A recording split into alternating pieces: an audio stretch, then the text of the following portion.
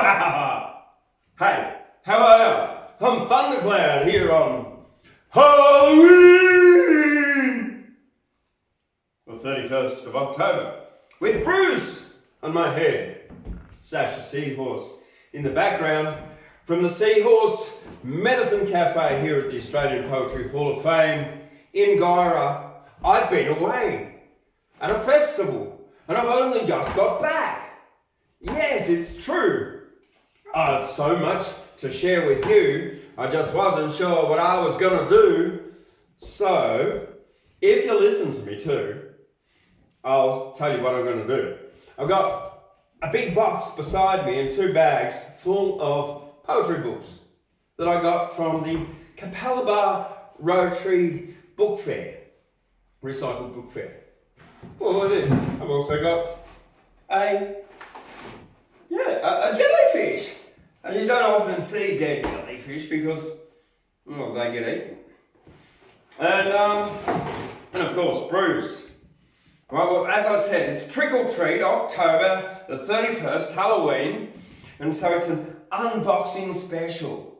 We're going to start off with a few treats, and then of my own, we'll move on into the unboxing of whatever poetry we'll pull out of here. And I'm going to finish off with this paperback poets anthology, the very first from the University of Queensland in 1974. So we're looking at a 49-year-old poetry book here. All right, well, let's begin with Thundercloud and Bruce. Let's first acknowledge the traditional custodians of the land on which I broadcast the Camilla the Band by people. The traditional custodians of the land is currently known as Australia, and that they've never ceded their sovereignty. And on that note, I've just come from Minjerribah, aka Stradbroke Island, named after some Earl of Stradbroke and the Lord Dunwich or whatever. I don't know why they did that, because its name's Minjerribah. And he wanted to curry favour or something back in 1847. That's how it got the name, Stradbroke. And I've been there on the land of the Quandamooka people, the sea people from the, what are there? There's the Guguji, the Nunako, and the other mob that there, which I've forgotten. So I've been up there, and that's pretty much where I got told by someone at in 2016. As he came to me and said, "Thundercloud, I had a dream about you last night. I went to the bottom of the ocean to the 233rd dimension, and I spoke to the octopus, and the octopus said, 'You got seahorse medicine.' I said, 'What does that mean?' Well, now here I am in Seahorse Medicine Cafe, and I'm going to read you some of my poems from the book, the future coming out book, Seahorse Medicine for Growing Humans Being. But first, Bruce just spoke to me and said, 'Get on with it.' All right, okay, sit down. Well, we're going to start with Thundercloud and Bruce. Let me tell you a story that might interest you. It's up to you to discern if this story is true. One evening I was sitting alone in my bed when a rather strange idea came into my head. I thought, I'll leave my body. An idea was born. I'll go astral travelling on the back of a unicorn. I closed my eyes, breathed deep, and began to relax, sitting cross-legged in my bed in my underdags. This might sound a little weird, I must warn you. Between my legs was a stuffed toy unicorn with golden stars, a horn and a pink mane, and we shot across the universe in the relativity train. I was riding on Bruce, that's my unicorn's name. We visited many universes in search of glory and fame, and we rescued baby aliens from burning homes and cute puppies choking on oyster bones. We even negotiated a universal peace truce, known throughout the multiverse as Thundercloud and Bruce. Thank you, Bruce. You're welcome, Thundercloud. Who would have ever guessed that Bruce's voice would be like that? Oh, what do you think? I'm a rainbow unicorn. I would never hide a deep voice like you, Thundercloud, would I now? No, I guess not. Fair enough. Do you want to hear another one about you? Yes, please. Well, I don't want to do it yet. Please. No, because I've got a jellyfish next to me. A jellyfish. I've got a seahorse behind me, and I'm in charge of this show. Right, and speaking of this show, Poets on the Mountain Festival's coming up in just over 2 weeks, from the 12th of November to the 19th, culminating in the Australian Bush Poetry, the Australian Bush Poets Association, New South Wales Bush Poetry Championship, both performance and written. That is just awesome. I am so looking forward to that, because as part of that, we've got the Rhymers Variety Show coming to Guyra with Bill Kearns, the Mullumbimby, Ray, the Master of Bull, Robin Sykes, who is a master word weaver, Ray Esri, the Mullumbimby man, and Tom McElveen and Susan Ashton. And they are Spiral Time, and they're going to be doing a show on the Saturday night. So look it up online, get your tickets in advance, because that's going to be a really, really popular show. Tickets are $20, and upstairs in the dress circle balcony, the special seats where you've got the best sound, they're only $25. All right, check it out. I'll leave the link in the bottom. Right, getting on with the poetry for you, because I've been over to Stradbroke Island to this festival here, Island Vibe 2023 Festival, run by Rude Cat Records. Morgan Quinn, a fantastic promoter, ran a top event with wonderful acts like, well, Scientist in the Dub Master. Wow, you have to check him out. But anyway, I was there, Thundercloud and Sky, we went off, and we just got back today. So let's begin with a bit of Seahorse Medicine, because we're in the Seahorse Cafe. You see, one day I was sitting under a tree. I decided to go for a swim in the sea. I dived right in, and to my despair, there were bits of plastic floating everywhere. A seahorse came and swam up to me. He said, "There's plastic everywhere, it's killing me." I listened to the seahorse joking right there. "Your human rubbish pollution's everywhere. There's little bits of plastic all through the sea. It's hurting much more than you and me. Little bits of plastic look like krill. The whales eat it. It's making them ill. There's broken plastic all through the sea. It's killing the animals. There's bits stuck in me. There's so much plastic bioaccumulation. There's PCBs in human blood in every nation. Human plastic pollution right through the sea, making all animals sick, killing you, killing me. Human poisonous chemicals everywhere. Are you all stupid? Why don't you care?" I listened to that seahorse. He said, "Clean up the lands, clean the oceans, the earth, be nurturing humans." The seahorse said, "Thundercloud, you must yell out, tell the people to stop putting litter about. Reduce and reuse and recycle your waste. I really don't like this plastic ocean taste." The seahorse said, "Thundercloud, you must be vocal, buy plastic-free produce and buy it all local. If you don't stop polluting the sea, you won't be able to swim here with me." There was one more thing the seahorse said to me. "Look after the planet, walk very softly. Recycle your waste, reduce, repair what you can. Make sure only footprints are left in the sand." Seahorse swam away. He winked at me. I walked up the beach and I picked up 3 bits of plastic some grot had left behind, not thinking of the earth, not the nurturing kind. Grot was spotted by a ranger hid by a tree. "You grot, you let your plastic fly free." The ranger was giving the grot a littering fine, and he winked at me for being so kind. The ranger said that I'd made his day. "You must have spoken to that seahorse, eh?" I sat under my tree and I started to think. And the ranger just walked away and gave me a wink. And all that was going around in my head was that wink of the seahorse, the ranger, and what the seahorse said. Yeah, so that's right. Don't litter, because it makes a mess. Now, here, turtles, right?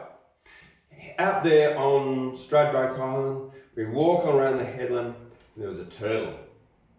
This one was written on Stradbroke Island, around about 2017. And I wrote this on a Saturday, and I performed it on the Sunday at the Poets' Breakfast there. I actually wrote it when I saw a turtle. It was like it was channeled.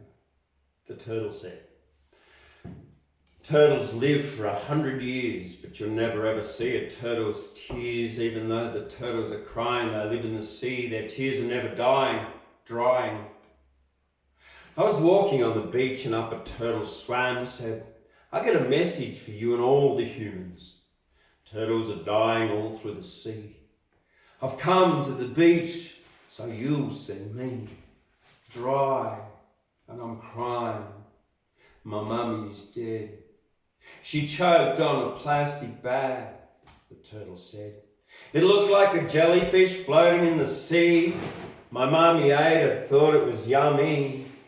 My daddy's got a fishing net stuck around his neck, washed overboard from some trawler's deck. My brother's had enough, feeling quite ill. There's no room in his tummy, it's just plastic fill. My sister's flippers are wrapped in fishing line. Half the population's gone. Can you see I'm crying? I cannot stop it, it's up to you. Tell humans about all the damage they do from all the waste and plastic pollution. You're smarter than that. Please find a solution. You don't need half the stuff that you buy. You can't take it with you when you travel and die. Time for humans to reduce the plastic waste. I'm fed up with this plastic ocean taste. There's one more thing," the turtle said. "How do you feel with a bag on your head? Can't swim backwards in frustration, choked and dying from suffocation.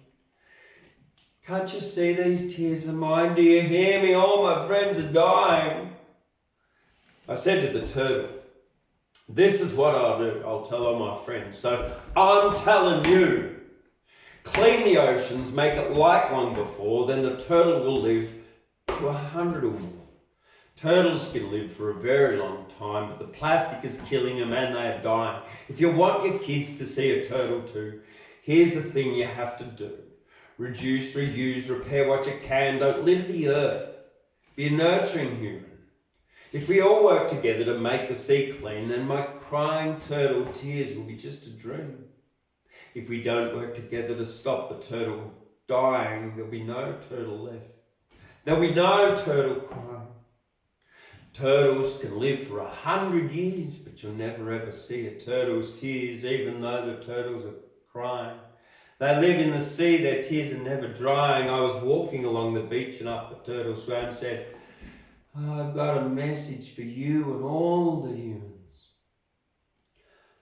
Turtles are dying all through the sea. I've come to the beach so you'll see me dry and I'm crying. My baby is dead. She choked on a plastic bag, the turtle said. And then I got called when I delivered that, the hippie Dr. Zeus. Wow, what an honour, hey. Hippie Dr. Zeus. Yeah, cool. Right, I got one more for you before I go on to the unboxing special, because then you can probably, it's Halloween, it's gonna be scary, right? It's gonna be scary. It's gonna be sad, it's gonna be about death, and all of that stuff. Okay, I've got one for you here called Dead Jellyfish. Here's a dead jellyfish. Trick or treat. Trick or treat. Well, I told you I got a treat for you. I've been to the beach and I've got a jellyfish poem. And I've got a tan and I've got the most Aussie Halloween outfit ever. Budgie smugglers. I am an Aussie jellyfish, a blue bottle. Thundercloud, the blue bottle. Dead jellyfish. A jellyfish was floating happy through the sea, with 1,000 jellyfish all floating free. And this was the thought going round in its head, I've never seen a jellyfish dead. The jellyfish was in deep contemplation, thinking very deeply about his situation. I'm a jellyfish with no arms, legs, eyes or head. I haven't got a mouth, I can't even say, my name's Fred. A jellyfish was thinking thoughts very cute. I'm androgynous, bisexual, and I've never had a root. I've no genitalia, I haven't even got a bed. I'm floating in the ocean and I'll never get ahead. A clear jellyfish met a jellyfish that's blue. The blue one said, I can see through you. The clear one replied, that's no way to address a parent. And the blue jellyfish replied, my parents aren't transparent. A jellyfish was floating in the sea with friends. Oh, look, he's got all his friends. And this is where my story ends. A turtle ate the jellyfish. Hop! It went inside its head. That's why you'll never see a jellyfish dead. Fred? Fred! Fred! Fred! Oh, he can't answer. He's got no mouth. Fred! He's not dead. He didn't really get eaten by a turtle. No, it's not a horror show.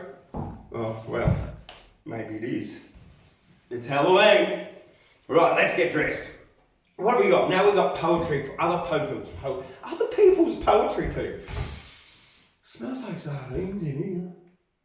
No. Anyway, other people's poetry. So, I've been away and I have got a whole bag full of poetry. Here we go. Around the world in 80 poems. A wonderful journey through a world of poetry selected by James Berry, illustrated by Catherine Lucas, and we're going to a random page to the Chant for a child who is hurt is to be said over and over while rubbing the sore hurt spot. It's a traditional poem from Estonia. If you don't know where that is, it's like the most literate country in the world, the most computer literate country in the world. Look it up, it's 1.4 million people.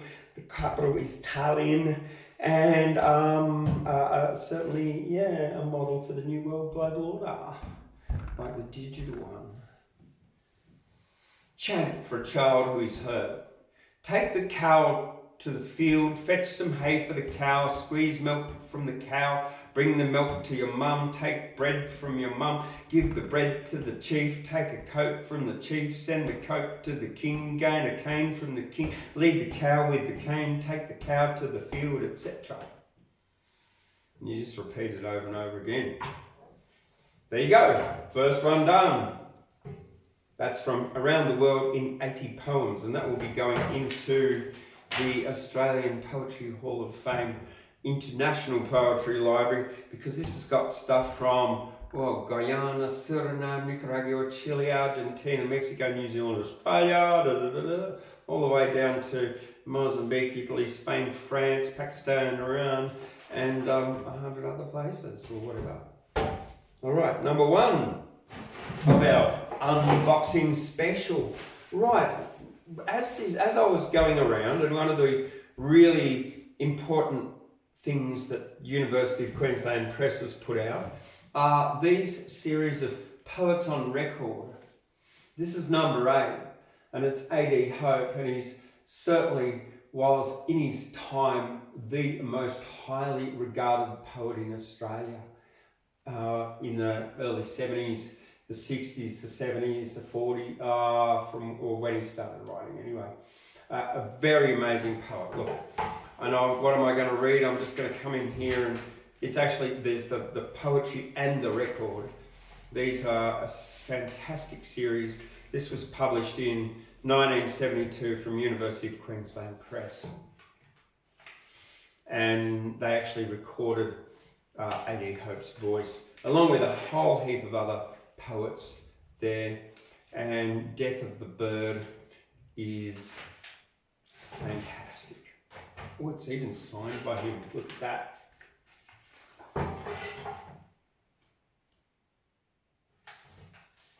For every bird, there is this last migration.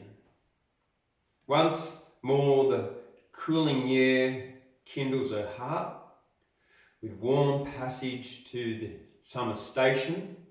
Love pricks the course in lights across the chart.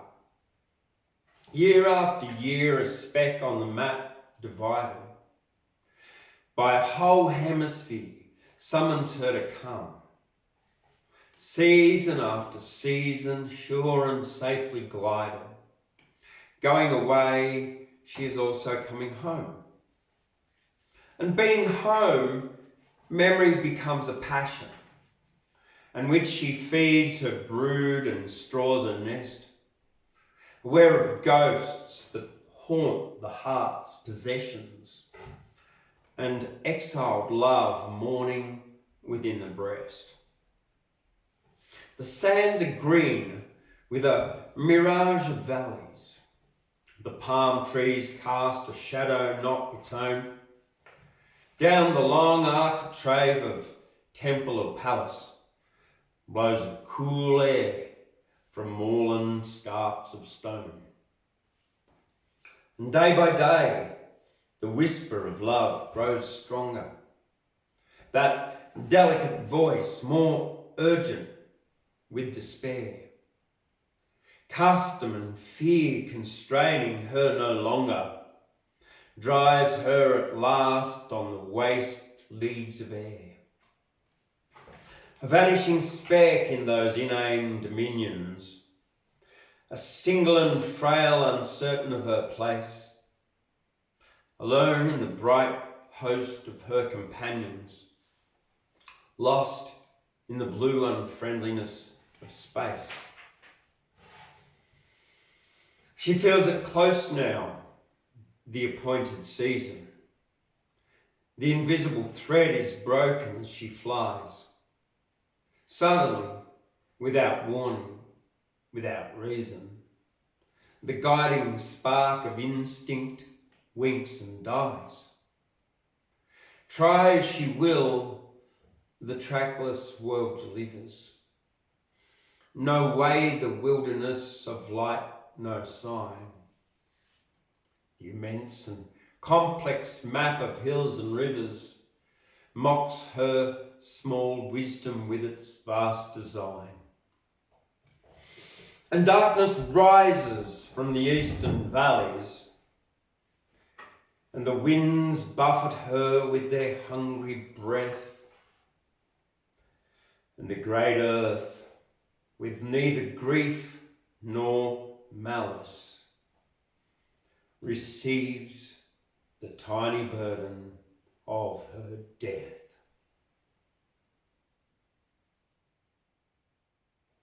Yep, a fantastic poem, really very well written. A.D. Hope, Poets on Record. Now, if you, all these are going into the Australian Poetry Hall of Fame Library and Poetry Archive over there, which is now over 2,000 poetry books, plus these. So this is really exciting for me. That's a new one I haven't got. The other one that's, what else have we got here? T S Eliot. Here we are, Old Possum's Book of Practical Cats. And it's a series of poems by T S Eliot. The Rum Tum Tugger is a curious cat. If you offer him a pheasant, he would rather have a grouse. If you put him in a house, he'd much prefer a flat. If you put him in a flat, he'd rather have a house. If you set him on a mouse, then he only wants a rat. If you set him on a rat, then he'd rather chase a mouse. Yes, the Rum Tum Tugger is a curious cat, and there isn't any call for me to shout it, for he'll do as he'll do, as he do, and there's no doing anything about it. The Rum Tum Tugger is a terrible bore. When you let him in, he wants to be out. He's always on the wrong side of the door, and as soon as he's at home, then he likes to get about. He likes to lie in the bureau drawer. He makes such a fuss that he can't get out. Yes, the Rum Tum Tugger is a curious cat, and it isn't any use for you to doubt it, for he will do as he do, and there's no doing anything about it. The Rum Tum Tugger is a curious beast. His disobliging ways are a matter of habit. If you offer him fish, then he always wants a feed. When there isn't any fish, and he won't eat rabbit. If you offer him cream, he sniffs and sneers, for he only likes what he finds for himself. So you'll catch him in it right up to the ears if you put him away on the larder shelf. The Rum Tum Tugger is artful and knowing. The Rum Tum Tugger doesn't care for a cuddle, but he'll leap on your lap in the middle of your sewing, for there's nothing he enjoys like a horrible muddle. Yes, the Rum Tum Tugger is a curious cat, and there isn't any need for me to spout it, for he will do as he do, and there's no doing anything about it. The Old Possums Book of Practical Cats by T S Eliot. All right, I'm going to have a sip of my chamomile tea from my Thundercloud Disobey mug. You can get them on the Australian Poetry Hall of Fame website. You can also get them on meanwhileinaustralia.com.au. That's t-shirts and merchandise supporting the Australian Poetry Hall of Fame. You can get Australian Poetry Hall of Fame mugs online there, and t-shirts as well, and t-shirts for the New South Wales Bush Poetry Championship as well. How about that? Check out the Australian Poetry Hall of Fame.com.au. Go to the store there and on the website, where you can also download forms to enter our competitions and come and find out about our other events. All right, let's take a new book out of here. We've got, what's this? The Oxford Companion to Australian Literature. Here we go. It's about people. It's about their biographies and about books. So if I look up Hope for A.D. Hope, James, well, it's not Mooni, H-I-H, Umbug, and Huber, H-O-R, Hope Good, A.D. Hope, Alec Derwent Hope, born 1907 in Cooma. And when this was written, he was still alive because he hadn't died yet. He was the son of a Presbyterian minister and spent most of his childhood in rural New South Wales and Tasmania. He graduated in 1928 from the University in Sydney, took up a scholarship at Oxford at the same year. Returning to a depressed Australia in 1931, he tried several occupations before becoming a lecturer in education at Sydney Teachers College in 1937. Lecturing English there in 1938 to 44. Moved to the University of Melbourne in 1945, and in 1951 was appointed to the chair of English at the Canberra University College, later part of the ANU. He retired in 1968 to devote himself to poetry, but has continued to lecture and retains a close association with the university as an emeritus professor. And then it just goes on to list a lot of his works that he did. All right, the Oxford Companion to Australian Literature.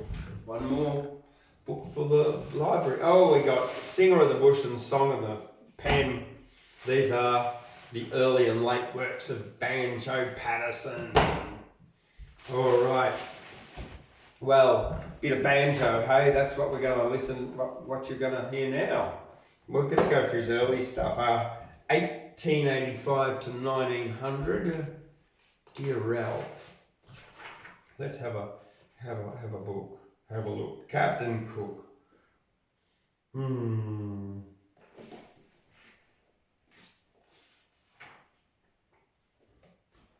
go. The Pannikin Poet.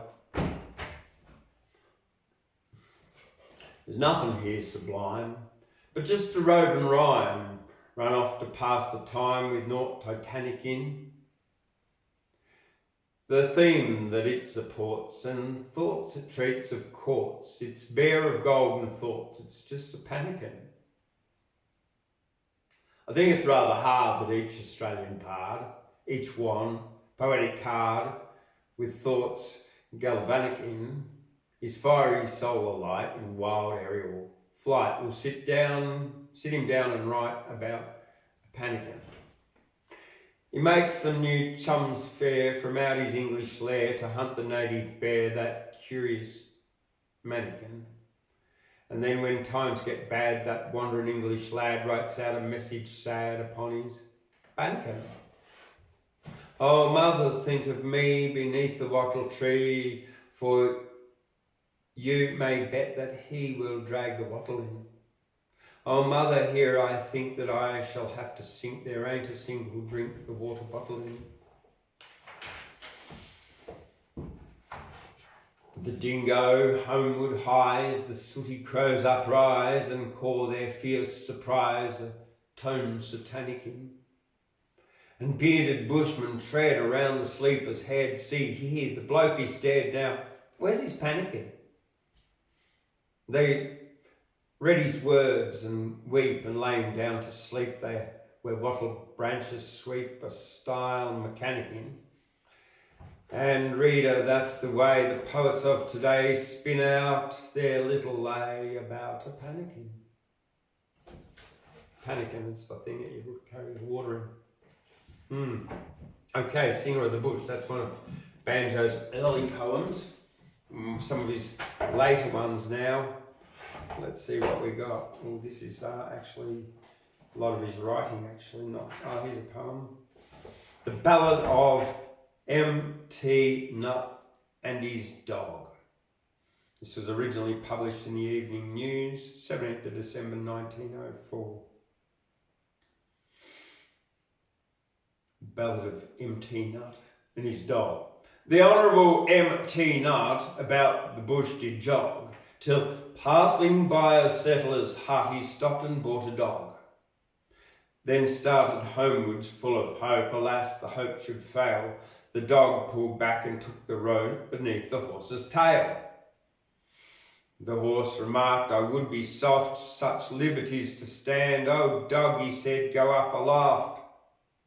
Young man, go to the land.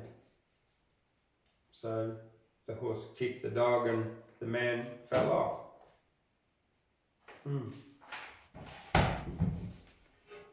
Done. All right, next one. We've got a bag here. Oh, look at this book. Okay, we've got a bag here. We'll make sure that one gets into the recycling bin, and it's been reused many, many times. The bag recycling place. 2 centuries of Australian poetry. Wow. This should be good. This was presented to Abigail Baker for Year 11, Imaginative Writing from an Internal Monologue in 2009 anyway. She doesn't have it now. It's here at the Australian Poetry Hall of Fame. Well, we've already read some Banjo Paterson, so we won't do any of that, will we? Oh, the 6 Stock Rider, that's about death, of course, because it's Halloween. But I'm just going to go for something like, what about 145? We'll just randomly pick a page. Oh, Will Lawson. 1867 to 1957. Born in Durham, England in 1811, he arrived in Australia as a child and then the family moved to New Zealand. He worked for an insurance company, but in 1912 began contributing verse to the Bulletin. He then moved to Sydney, worked on several magazines as a freelance journalist, and then through his work became friendly with other poets in circles such as Roderick Quinn. Okay, never heard of him, but now we're going to do one here called Dirty Dick. Dirty Dick of Yalgabin lived a hut apart from men, marked by the years and seared by sin, talked to the trees and talked to his dog, or the sheep or a snake or a hollow log. He lived like a dog in his den. There came a wag to his hut one day when Dirty Dick was out, who chalked the door ere he went his way, who chalked on the door ere he went his way, through the burning blazing doubt. Dirty Dick of Yalgabin keeps the dirtiest hut I've ever seen, of that there is no doubt. When Dirty Dick came home that night, he saw the message there, but Dick could neither read nor write, and he could only stare and say, it's something the boss wants done. I'll have to find some son of a gun to settle this affair. He pulled the door from its hinges down and slung it on his back and started off for Budgery Town. Along the Budgery track, 18 miles, it was no less, of heat and thirst and weariness. It made Dick's muscles crack. Read what's on me door, said Dick to the boss of the Budgery pub, whose heart was kind and brain was quick to save old Dick a snub. He said, I'll give you 2 of the biggest beers they ever did brew to sleep off in the scrub. When Dirty Dick of Yalgabin, who lives a hut apart from men, gets thirsty now, he says with a grin, I'd better get back to the pub again. He shouldered his door and they yelled with fun to see him coming in storm or sun where Budgery's streets close in. That message that's written on old Dick's door is faded by storm and drought, but he sits and reads as if he was sure he knew what it was all about. Dirty Dick of Yalgabin wants the biggest beers that you've ever seen. That's how he makes it out. Yeah, okay. Poor old Dirty Dick. Oh, look at this. We've got another bag up the back here of books for Chillin Tuesday. Oh, what have we got? Henry Lawson. Okay, the poetical works of Henry Lawson. And we've got Knocking Around. Weary old wife with a bucket and cow. How's your old son Jack, and where is he now? Haggard old eyes that turn to the west. Boys will be boys, and he's gone with the rest. Grief without tears and grief without sound. Somewhere up country he's knocking around with the vagabond crew. Does for himself what a mother would do, maybe in trouble, maybe hard up, maybe in want of a bite or sup. Dead of the fever or lost in the drought. Lonely old mother. He's knocking about. Wiry old man at the tail of the plough. Heard of Jack lately, and where is he now? Pauses a moment, his forehead to white. Drops the rope, reins while he feels for his pipe. Scratches his grey head in sorrow, will doubt something or other he's knocking about in the runs of the west, holding his own with the worst and the best, breaking in horses and risking his neck, droving or shearing and making a check, straight as a sapling, 6 foot and sound. Jack's all right when he's knocking around. Henry Lawson, Knocking Around. Okay, what else have I got for you today? Next book. Ooh, 2 books come out. The Macmillian Anthology of Australian Literature. Judith Wright, Cycads. Their smooth, dark flames flicker at time's own route. Round them the rising forest of the years, after the climates of forgotten earth, and silk with leaves the strata of first birth.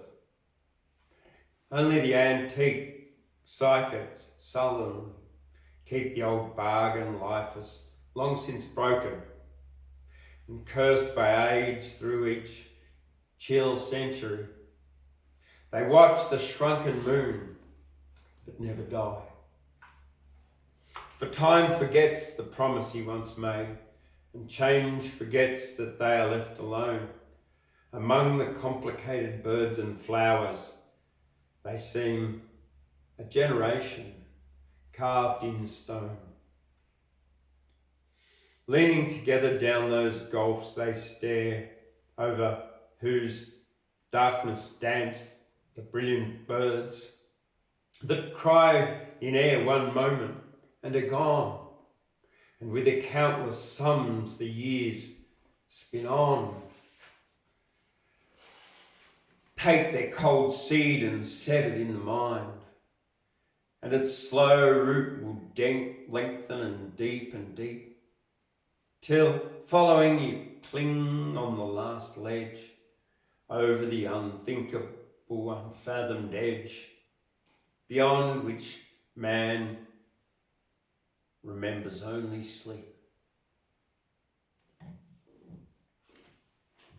Okay, Judith Wright, The Psychads, from the Macmillian Anthology of Australian Literature, published by Macmillian, edited by Ken Goodwin and Alan Lawson in, I don't even know what year this was published yet. I will, 1990, so there you go.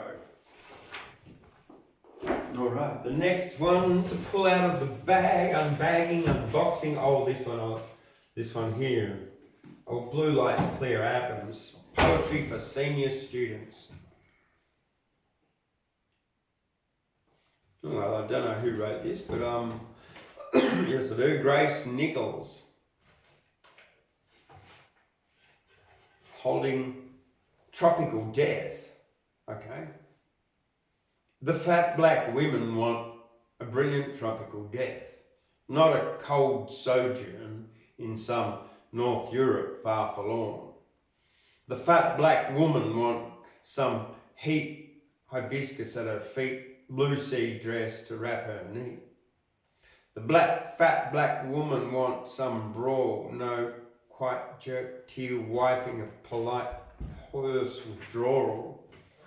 The fat black woman want all her dead rights, first night, third night, night, all the sleepless, droning, red-eyed wake nights, in the heart of her mother's sweet breast, in the shade of the sun leaves cool blessed, in the bloom of her people's blood rest. The fat black woman want a brilliant tropical death, yes. Grace Nichols, I don't know anything about her, but you've just heard one of her poems about death. Yes. Because it's Halloween and I'm scary enough as it is. Let alone the poems that I'm reading out to you are going to be deadly.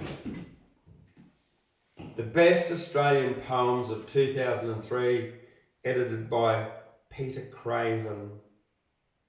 It's a $29 book. There's all these boxes here, cost me $50. This is for the Australian Poetry Hall of Fame. Awesome.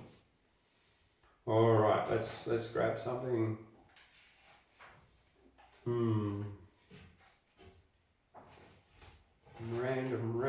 Random. Oh yes, okay, here we go. It's about death. Tampa. This is about the refugees that drowned. Tampa, for the drowning who were watched. The air's carcass lies on the earth's bright back. A newborn baby has been introduced to water and waggles its head like an ocean bird.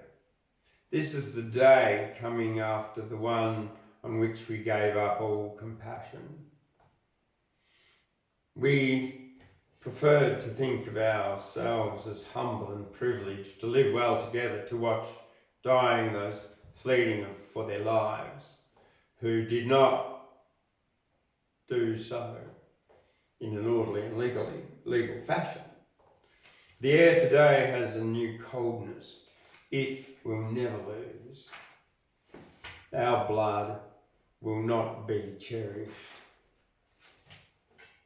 MTC Cronin, that was. 2003, I'd be guessing. There's and I'm trying to find a bit about him or her. Who are they? Doesn't say. Maybe that. Anyway, the Best Australian Poems 2003. MTC Cronin. Right, next one. Random books. Monty Python and the Holy Grail. Oh, well. They sung songs, didn't they? Well, anyway, that's not a poetry book. This is something for myself. Young Poets, an Australian anthology, $27 book, written in 2011. All right, well, this is all for, it's pretty new, this one. And I don't want to infringe the copyright of these young people, so I'm not going to read this one out because I haven't sought any permission to it. But I'll just say, Young Poets, an Australian anthology: Elizabeth Campbell, Bonnie Cassidy, Sarah Holland, Bat, L.K. Holt, Graham Miles, Simon West, Petra White. I look forward to reading your poetry in due course.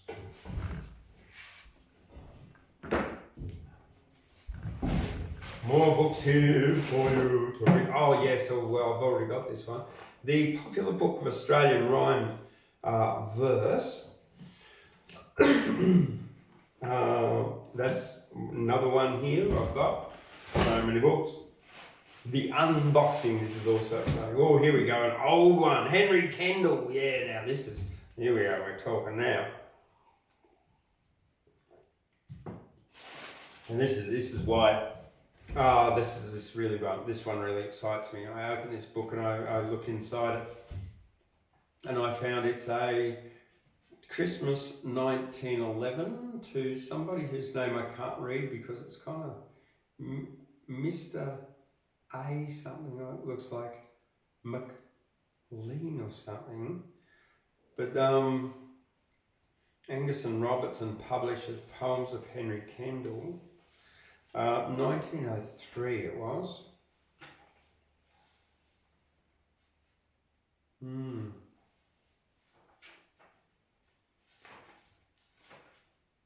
So let's look for a poem just out of there. A random one for you.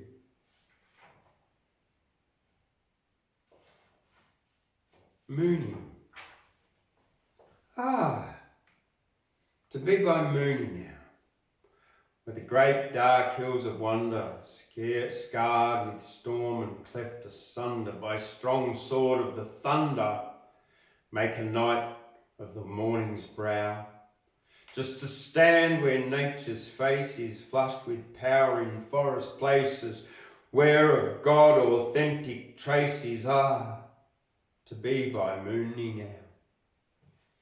Just to be by Mooni's springs, there to stand the shining sharer of that larger life and rarer, the beauty caught from beauty fairer than the human face of things, soul of mine from sin abhorrent, fain would hide by flashing current, like a sister of the torrent, far away by Mooni's springs. He that is by Mooni now sees the water sapphires gleaming, where the river spirit dreaming sleeps by fall and fountain streaming under lute of leaf and bough. Here's where stamp of storm is with stress is psalms from unseen wildernesses, deep amongst far hill recesses, he that is by Mooni now. Yea, for him by Mooni's marge, sings the yellow-haired September, with the face of God, the gods remember, when the ridges burnt to ember, and the dumb sea chains the barge, where the moment like molten brass is down beneath fern-feathered passes, noonday dew in cool green grasses gleams on him by Mooni's marge. Who that dwells by Mooni yet feels in flowerful forest arches smiting wings and breath that parches where strong summer's path of march is, and the suns in thunder set, housed beneath the gracious kirtle of the shadowy water myrtle, winds may hiss with heat and hurtle, he is safe by Mooni yet. Days there were when he who sings dumb so long through passion's losses stood where Mooni's water crosses shining tracks of green hair mosses like a soul with radiant wings. Then the psalm the wind rehearses, then the song the stream disperses, lent of beauty to his verses, who tonight of Mooni sings. Ah, the theme, the sad grey theme, certain days are not above me, certain hearts have ceased to love me, certain fancies fail to move me, like the affluent morning dream, head whereon the white is stealing, heart whose hurtings are passing healing. Where is now the first pure feeling? Ah, this theme, the sad grey theme. Sin and shame have left their trace. He who mocks the mighty gracious love of Christ with eyes audacious, hunting after fires fallacious, wears the issue in his face. Soul that flouted gift and giver like the broken Persian river, thou hast lost thy strength forever. Sin and shame have left their trace. In the years that used to be, when the large supreme occasion brought the life of inspiration, like a God's transfiguration, was the shining change in me. Then where Mooni's glory glances, clear diviner countenances, beamed on me like blessed chances in the years that used to be. Ah, the beauty of old ways, then the man who so resembled lords of light, unstained, unhumbled, touched the skirts of Christ, not trembled, and the grand benignant gaze. Now he shrinks before the splendid face of deity offended. All the loveliness has ended, or the beauty of the old ways. Still to be by Mooni cool, where the water blossoms glister and the gleaming vale and vista, sits the English April sister, soft and sweet and wonderful, just to rest beyond the burning outer world, its sneers and spurning. Ah, my heart is yearning, still to be by Mooni cool.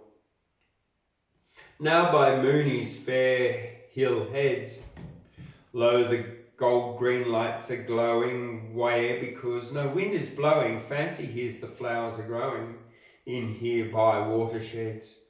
Faint it is the sound of thunder from the torrents of their under. Now where the meeting mountains ponder, now by Mooni's fair hill head.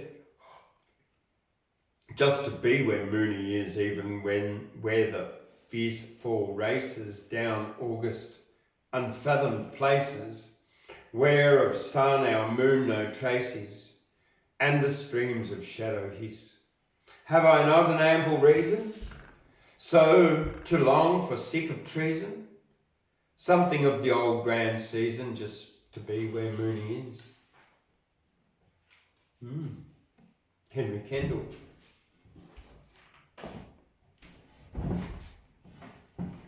Okay, we're nearly out of this bag. We've got 2 more books in this bag.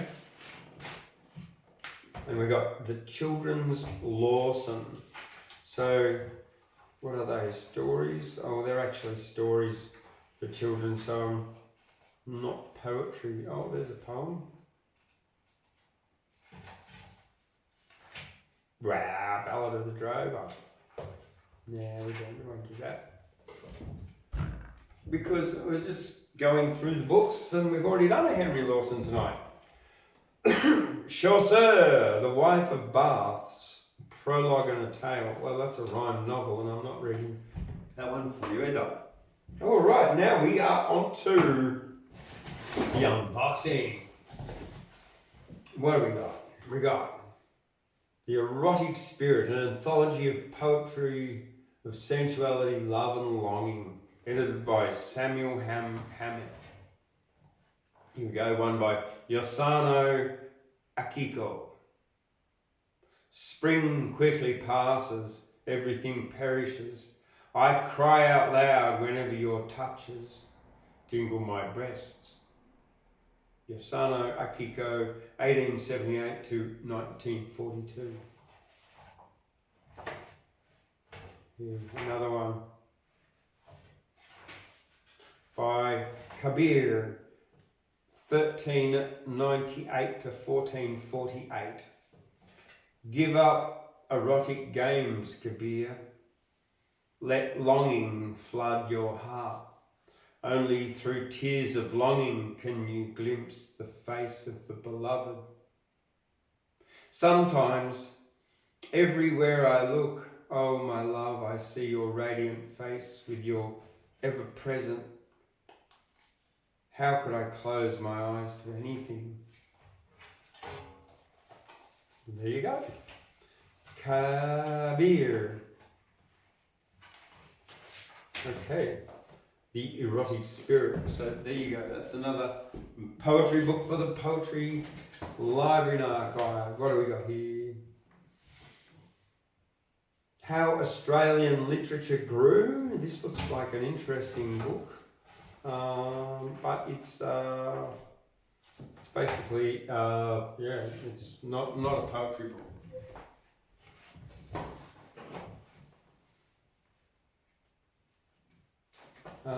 Slops, Props and Goose Steps, Flavoured Lifesavers, poetry by Jason Rupert McCall, forward by Alan Border. Who is he? Oh, he's I don't know. Just someone, anyway. He's a poet.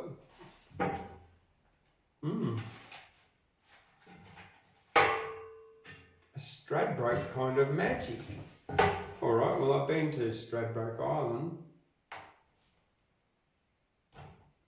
And why not? Captain Wickham signed the page. The grant was now approved. The QTC had broken through. Their stance could not be moved. The land was cleared by volunteer.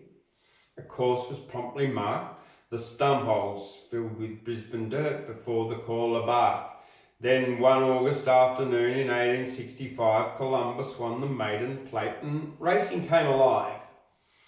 The pioneers of punting flocked to change their toiling arm. A colony was welcomed to the turf of Eagle Farm. A turf where every sacred blade is watered with tradition, where Hinkler's wings were landed on the conquest of a mission. A turf where where rugby teams have battled and maroon has beaten blue, where US troops were sheltered in the heat of World War II. But the battles most applauded in the history of this course smell of leather saddles mounted on the backbone of a horse. And just as fire needs a spark and people need a place, the horses need a racetrack and the racetrack needs a race. The organisers opted for a race to suit the dashers, a contest that would make for some of racing's greatest clashes. Lord Stradbroke loved to punt, and so the race had found a name. Then when Edward Edwards came home Pyrrhus, So the Stradbroke legend came, and my eyes descended a page that lists the winners past. I cannot help but notice that my heart is beating fast, for I can almost smell the tension as the horses take the track. I can almost see the lightning as the whips begin to crack. I can almost hear the thunder as the fetlocks hit the straight, and almost taste the glory of the favourite flashes late. I can almost read the triumph on the winning jockey's face. It is painted with a smile. This is more than just a race. It's a page of equine history that our forefathers created as a part of Brisbane folklore that will never be outdated. The stands are filled with people now, but night they soon be gone. The night will bring its darkness, but the race will still go on, for while the world is sleeping in its universal bed, the track will be enchanted with a ghost parade instead. With the spirit of the horses that were bold enough to grab it, from the mighty blaze of Triton to the legendary Rough Habit, and with the feet that filled the stirrups and the hands that held the reins as they gallop on the moonlight in the crest of higher plains, with the sweet and sour plunges and the stories handled down, with a feeling of excitement that is spreading through the town. And I beg you do not miss it, for to do so would be magic. It is something very special. It's a Stradbroke kind of magic. Slops, props and goose steps, flavoured lifesavers. Okay, the next one I've got for you.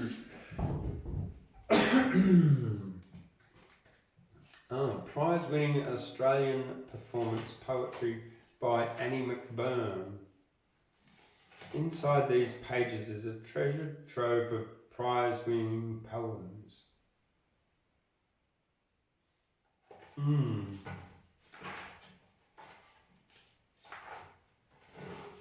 By Annie McBurn.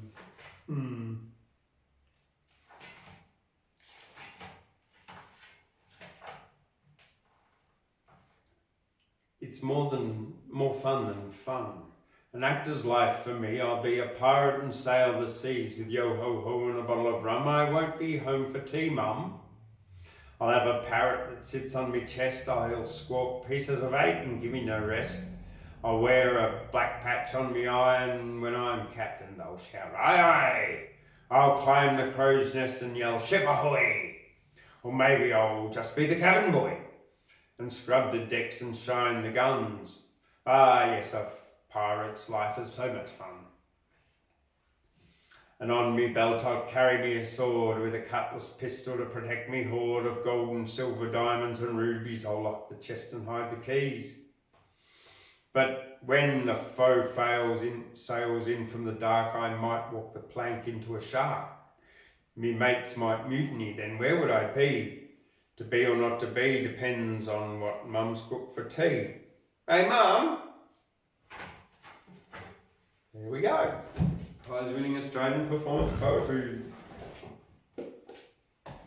John Keats, selected poems. To Kosciuszko. Good Kosciuszko, thy great name alone is a full harvest whence to reap high feelings. It comes to us like a glorious pealing of the wide spheres and everlasting tone, and now it tells me that the world's unknown.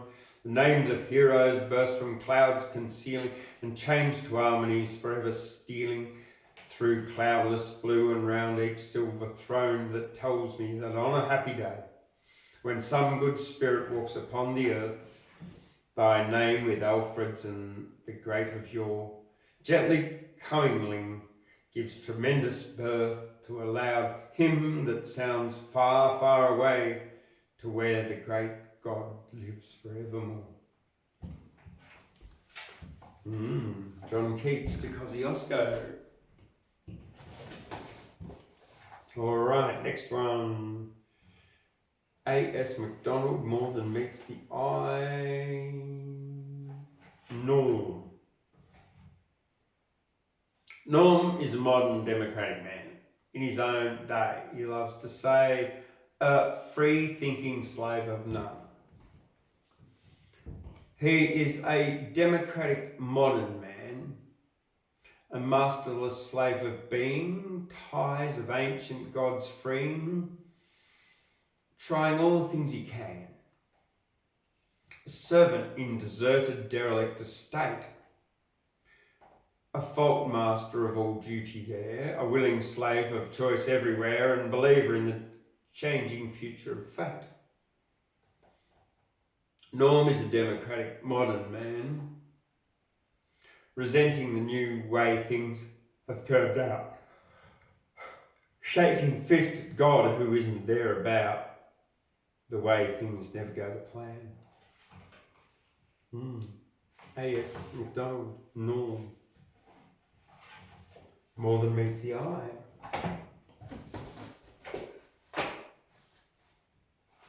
Here we go. Selected poems of Mavlana Jalaluddin Rumi. Selected ones. When I seek peace, he is the kind intercessor. When I go to war, the dagger that is he. And when I come to meetings, he is the wine and sweetmeat. And when I come to gardens, the fragrance that is he. When I go to the mind's deep, he is the ruby there. When I delve in the ocean, the precious pearl is he. When I come to the desert, he is a garden there. When I go to the heaven, the brilliant star is he. When I write a letter to my beloved friends, the paper and the inkwell, the ink, the pen is he. When I write a poem and seek a rhyming word, the one who spreads the rhymes out within my thoughts is he. Rumi.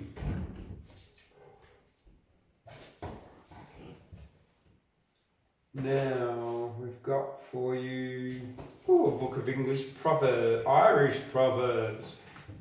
If you lie down with dogs, you'll rise with fleas. Yep. It's a bad hen that won't scratch herself.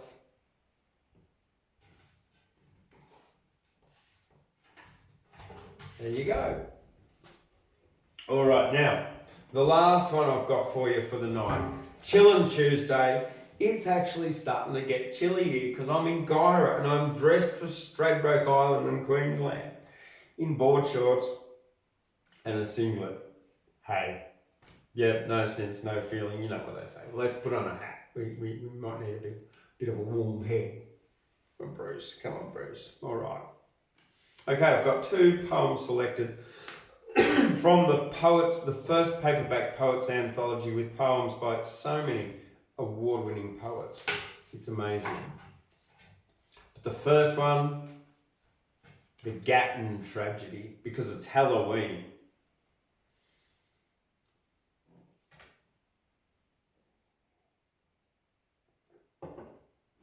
The Gatton Tragedy by John Manifold. Father, the moon is up and full. It shines on Gatton town and they'll be dancing all tonight until the moon goes down. Michael, it's no concern of yours what town folk choose to do, whirling with drunken Jezebels the whole night through.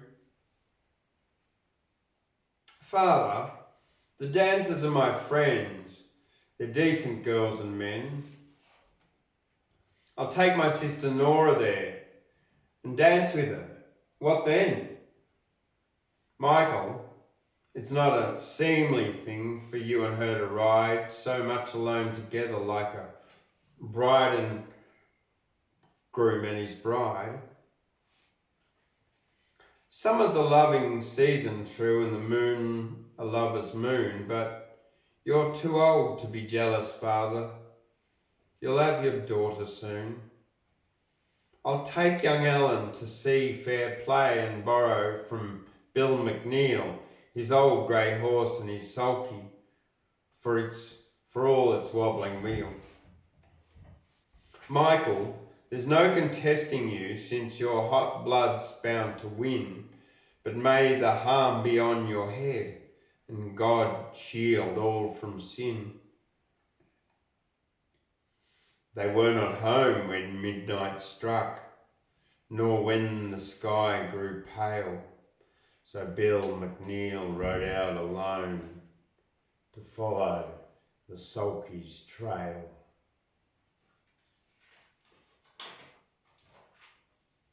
"6 miles to town and 2 miles back, the trail was printed flare through moorings, slip rails into the trees. It turned and ended there. There Michael lay beneath a tree with Ellen at his side. Gunshot and bludgeon had been used when both of hands were tied. There Nora's half-strangled body lay, half naked on the ground. It was a grim dance she had danced before the moon went down. Across the shafts the horse lay shot, that neither fight nor plead, for fear he might have found human tongue to declare who did the deed. Whether it was a madman's work or that of a fiend from hell, only the stark, white ring-barked gums and the silent moon can tell. The Gatton Tragedy by John Manifold. And finally, because it's Halloween, by Jeff Page, cemetery is sideways moving. A cemetery is sideways moving, step by generation. Where it's been, the stark black marble leans aside and bladery closes on outworn stone.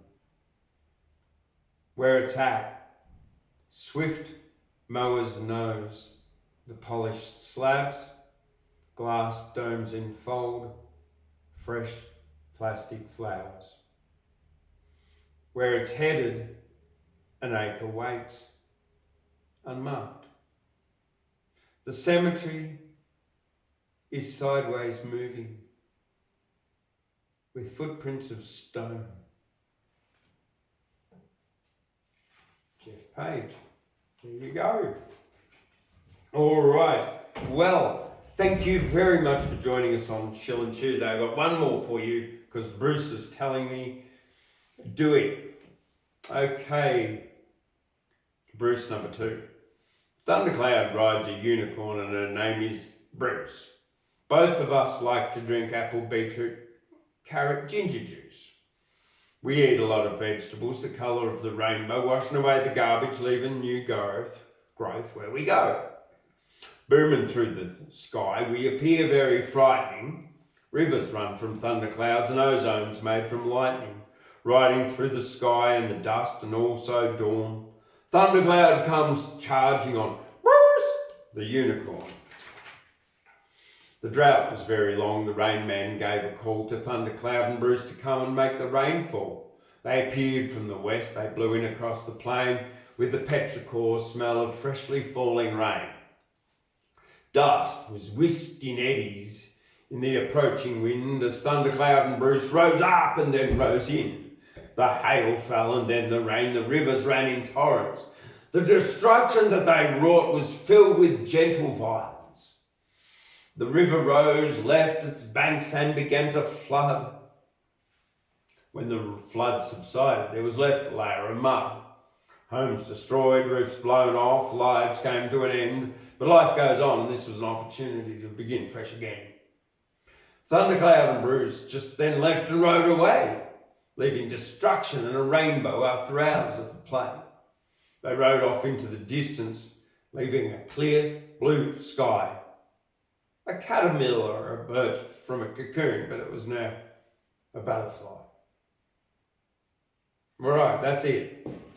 Okay, well look, if you like tonight's poems, leave a message. Tell us which one you liked. Where are you watching from? And give it a thumbs up, please. Don't forget to subscribe and share it with your friends who like their poetry as well. I'm Thundercloud. Tomorrow night we've got Wednesday Words here from the Australian Poetry Hall of Fame. Don't forget to check out tickets for the Rhymers Variety Show and also the Poets on the Mountain Festival from www.australianpoetryhalloffame.com.au. I'm Thundercloud. I will see you tomorrow. Yes, Wednesday Words. Don't forget. Goodbye. Goodbye. Boom.